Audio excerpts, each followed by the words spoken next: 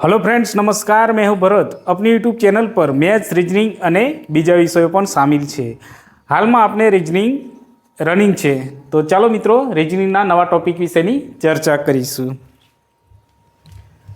અહીં pattern number 3ની અંદર ઉદાહરણ નંબર 1 વાંચીએ। કોઈ પરીક્ષામાં એક વ્યક્તિને કુલ 50 પ્રશ્નોના ઉત્તર લખ્યા અને દરેક સાચા પ્રશ્નના 2 ગુણ મળે છે અને ખોટા જવાબના 1 ગુણ કપાય અને તેને કુલ 70 ગુણ મળ્યા, તો તેને સાચા પ્રશ્નો કેટલા લખ્યા હશે? આપણે શું શોધવાનું છે? સાચા પ્રશ્નો કેટલા લખ્યા? તો કુલ પ્રશ્નો અહીંયા સૌપ્રથમ લખીએ 50, કુલ ગુણ કેટલા છે? કુલ માર્ક્સ 70। સાચા પ્રશ્નો આપણને શોધવાના છે, ખ્યાલ નથી એટલે x ધારીશું। હવે ખોટા પ્રશ્નોનો જવાબ શોધવા માટે આપણે શું કરીશું? કુલ ગુણ, કુલ પ્રશ્નો માઇનસ સાચા પ્રશ્નો। કુલ પ્રશ્નોમાંથી સાચા પ્રશ્નોને આપણે બાદ કરીશું ત્યારે ખોટા પ્રશ્નોનો જવાબ મળશે। ચાલો દાખલો ગણીશું એટલે વધુ ખ્યાલ આવી જશે। સૌપ્રથમ સાચા પ્રશ્નો x ગુણ્યા 2, 2 કેમ? 2 ગુણ એટલે માઇનસ, કેમ કે ગુણ કપાય છે એટલે માઇનસ। ખોટા પ્રશ્નો 50 માઇનસ x ગુણ્યા 1 ગુણ બરાબર 70 ગુણ। x ગુણ્યા 2, 2x માઇનસ બ્રેકેટ ખુલશે એટલે માઇનસ 50 થઈ જશે। 50 એકા 50, x ગુણ્યા 1 તો આ માઇનસ માઇનસ પ્લસ થઈ જશે, x બરાબર 70। x આ બાજુ લઈ લઈએ, 2x પ્લસ x માઇનસ 50 બરાબર 70।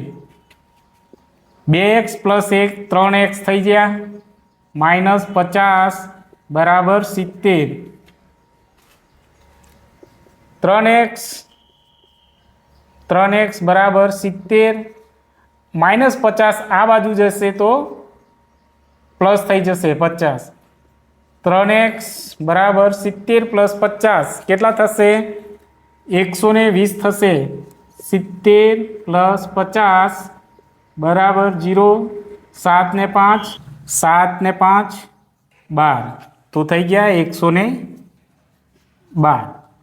હવે x 112 3/3, 112 નહીં 120, 4 તરી 12 એટલે x બરાબર 40। x બરાબર 40, તો તેને કુલ કેટલા સાચા પ્રશ્નો લખ્યા હશે? 40 પ્રશ્નો લખ્યા હશે। ચલો ઉદાહરણ નંબર 2 ની અંદર જોઈએ। કોઈ પરીક્ષામાં એક વ્યક્તિને કુલ 100 પ્રશ્નોના ઉત્તર લખ્યા અને દરેક સાચા પ્રશ્નના 3 ગુણ મળે અને ખોટા જવાબના 2 ગુણ કપાય અને તેને કુલ કેટલા 125 ગુણ મેળવ્યા, તો તેને કેટલા ખોટા પ્રશ્નોના ઉત્તર લખ્યા હશે? તો ચલો મિત્રો આપણને ખોટા પ્રશ્નોના ઉત્તર આપણે શોધવાના છે। સૌપ્રથમ કુલ પ્રશ્નો કેટલા છે? 100। કુલ માર્ક્સ કેટલા મેળવ્યા છે? 125। ખોટા પ્રશ્નો આપણે શોધવાના છે એટલે અહીંયા પહેલાં લખીશું, તો એને આપણે x ધારીશું। સાચા પ્રશ્નોના જવાબ મેળવવા માટે આપણે શું કરતા હતા? કુલ પ્રશ્નો અહીંયા જે છે 100 માઇનસ ખોટા પ્રશ્નો x કરતા હતા। ચલો દાખલો ગણીએ। સૌપ્રથમ આપણને 3 ગુણ સાચા પ્રશ્નો વિશે લખીએ। 100 માઇનસ x ગુણ્યા 3 ગુણ માઇનસ કરીશું, કેમ કે અહીંયા ગુણ કપાય છે એટલે 2 ગુણ ખોટા પ્રશ્નો x ગુણ્યા ખોટા પ્રશ્નના 2 ગુણ કપાય છે એટલે 2, કુલ ગુણ 125। બ્રેકેટમાંથી ગુણાકાર કરીએ। 100 ગુણ્યા 3 300, માઇનસ x ગુણ્યા 3 માઇનસ 3x થશે, માઇનસ x ગુણ્યા 2 2x બરાબર 125। ચલો 300 માઇનસ 3 ને માઇનસ 2x પ્લસ થઈ જશે એટલે 5x થશે, પરંતુ કેવા અહીં મોટી સંખ્યા માઇનસ છે એટલે માઇનસ જવાબ આવશે. 5x બરાબર 125. ચલો 5x માઇનસ 5x આ બાજુ લઈ લઈએ. 125. હવે આ 300 આ બાજુ જશે તો માઇનસ થઈ જશે. 300 માઇનસ 5x બરાબર 125. 300માંથી 125 બાદ કરો. 0માંથી 5 ના જાય તો 10 કો લઈશું. અહીંયા 0 છે એટલે અહીંયા 9 થશે. અહીંયા 2માંથી 1 ઘટશે એટલે 3માંથી 1 ઘટશે એટલે 2. અહીંયા 10. 10માંથી 5 જાય તો 5. 9માંથી 2 જાય તો 7. 2માંથી 1 જાય તો 1.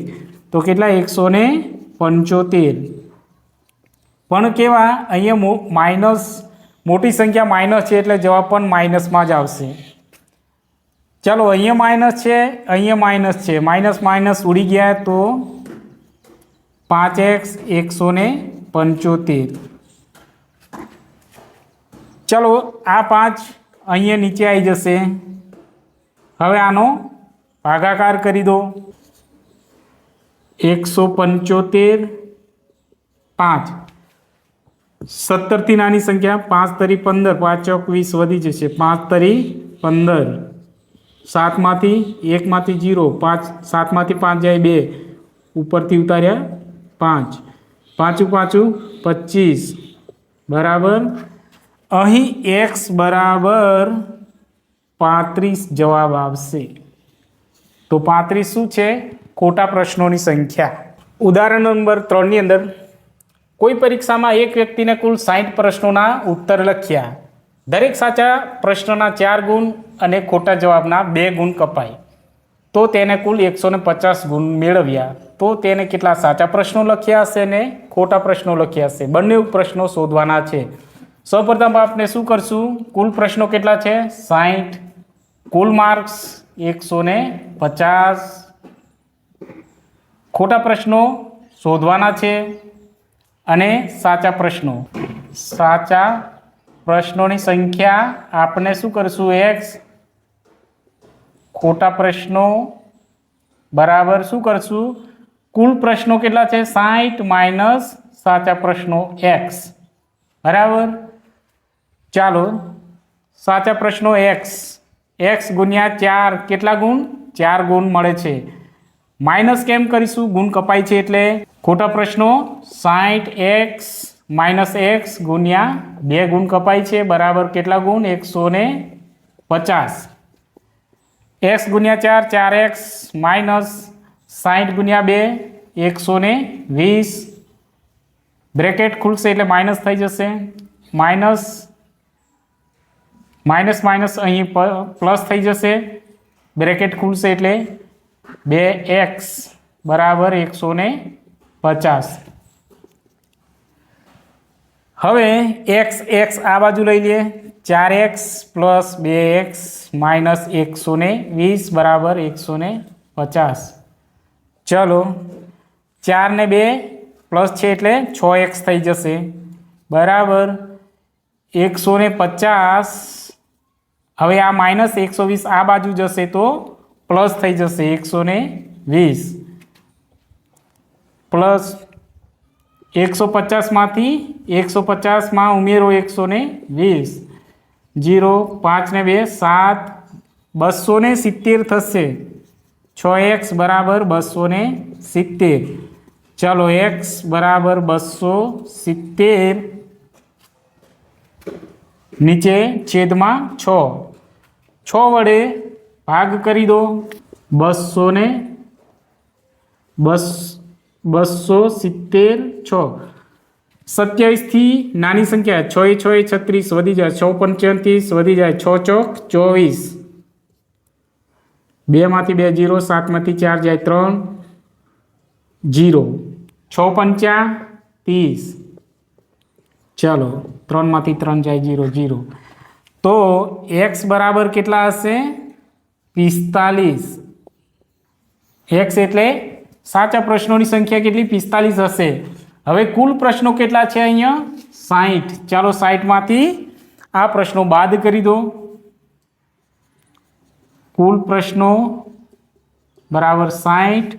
60માંથી આ પ્રશ્નો મળ્યા જવાબે બાદ કરીશું એટલે આપણને જવાબ મળી જશે. 0માંથી 5 ના જાય, 4 પર 10 ખોલી દો, 6 પર 10 ખોલી દો એટલે 5 ઉપર 10, 10માંથી 5 જાય 5, 6, 5માંથી 4 જાય 1, 15. તો અહીં ખોટા પ્રશ્નોની સંખ્યા કેટલી? 15. ચલો ઉદાહરણ નંબર 4.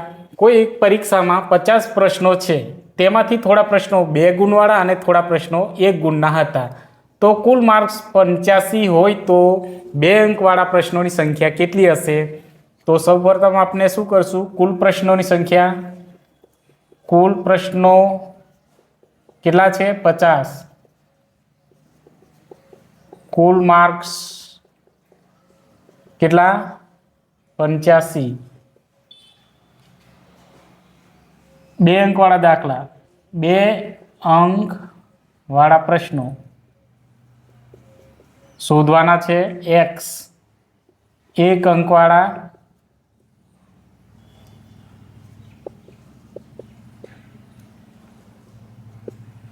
આપણે શું કરીશું? 1 અંકવાળા શોધવા માટે કુલ 50 પ્રશ્નો માઇનસ x.